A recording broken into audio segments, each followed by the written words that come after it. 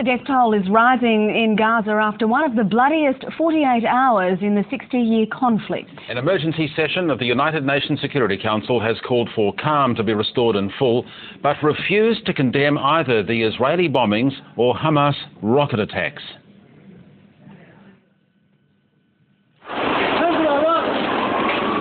But Israel says this is not an invasion, yet.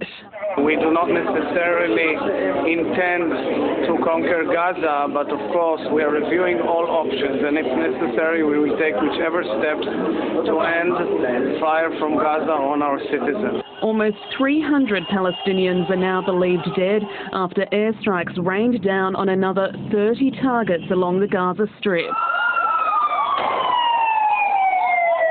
Most of the victims are Hamas militants. As more blood is spilled, Hamas is vowing revenge. I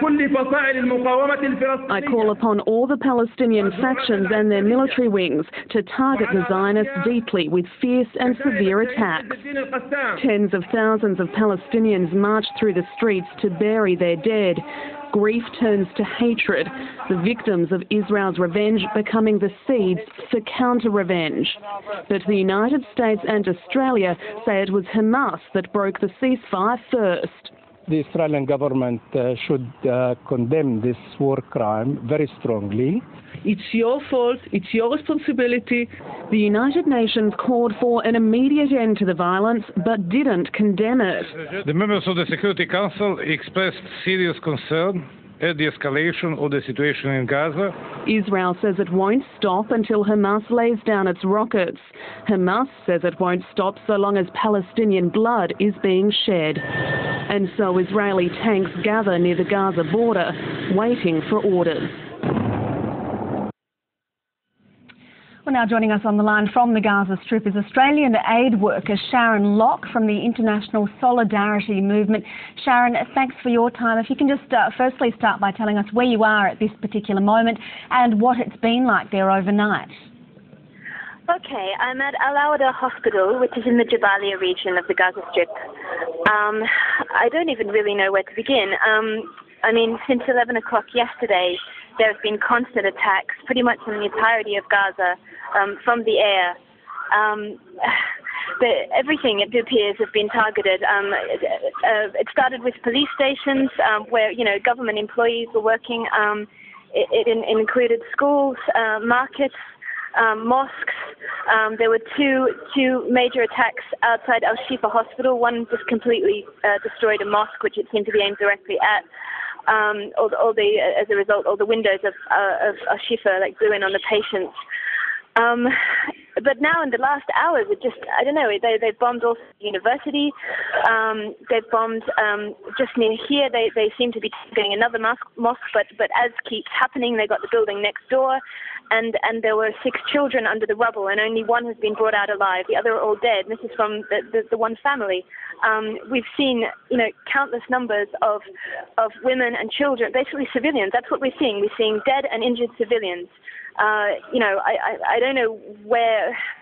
I don't know how Israel is managing to try to convey that this is some sort of surgical operation against Hamas fighters. It's an attack against an entire civilian population. There are 1.5 million people in this very small space, and 50% of them are under the age of 18. They're attacking children. But Sharon, Israel says that they have been targeting Hamas strongholds, terrorist centres, rocket launching places, and it is known that Hamas uses civilians as shields for these operations. So naturally, there are going to be civilian casualties. Listen, I don't know what you think is justifiable, but I can tell you that international law says that collective punishment is illegal, and to attack civilians, regardless of where Hamas fighters might be, is an illegal act. 1.5 million people cannot be held responsible for the act of a small percentage of them. Certainly, especially in a small space, especially when the rockets, wherever they supposedly are being directed, they're hitting civilian buildings, they're hitting homes, they're hitting mosques, they're hitting schools, they're hitting markets. We've heard unconfirmed reports they just blew up a hospital. So I imagine it must be absolute chaos. The pictures we're seeing now, Sharon, it just looks like bombs are going off everywhere. What's it like for you on the ground there as an aid worker? I guess the way that you work must be severely compromised.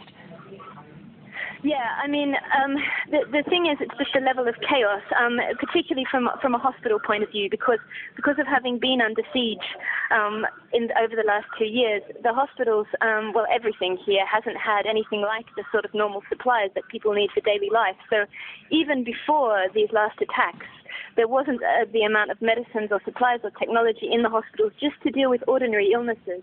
So you can imagine that now they've had hundreds of dead and wounded. They can't deal with it. People are dying because the hospitals don't have anything like what they need. I'll tell you about a family I was with last night. One of the things we do in our work is if we are requested by Palestinians to be with them in their daily lives when they feel threatened or in fact under attack, then we do that. And we actually were with a family last night in Jabalia, and the mother of the family, Sarah, who was 55, had gone out just before 11 because they couldn't find bread anywhere nearby. I mean, Israel has barely let any flour through recently, so there's a massive bread shortage. And for poor people, that's pretty much what they eat. And Sarah had gone out, and then there was this initial sort of 10-minute strike all over the Gaza Strip, which has then sort of slowly continued. And she was killed with a missile in the street, as have been many people. And so we went actually to pay our respects. And then the family said to us, we were really afraid of an army incursion because in March the army came in and occupied our house and locked us in a room, so could you stay with us? So we spent the night in the basement with the women and children, and there were missiles just right throughout the night. One landed right beside the house. There's a big crater now, and it blew out the windows, and there was fire, and of course, you know, the women we were with threw themselves on top of their little children who were all under 5 or 6.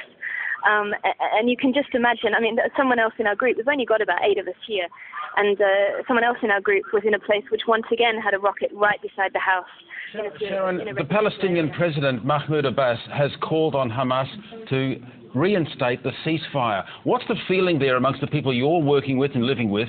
Will Hamas reinstate that ceasefire, or will they continue to fire rockets into Israel? I honestly don't know, but I can tell you that the civilian population is not the ones who have to take responsibility in terms of being under attack for what Hamas does. We have a situation where Israel is, I don't know, one of the strongest military powers in the world. We have Hamas people, you know, the statistics, for example, in the last days, I believe there are over 300 Palestinian dead and 1 Israeli, and there is no way I justify that Israeli death. I abhor any kind of violence, but this is not a fair fight. And to think that Israel is making some sort of reasonable response to the rocket attacks from a very tiny percentage of this population doesn't make any sense. Okay, Sharon Locke, we'll have to leave it there, but thanks very much for talking to us this afternoon. Thank you.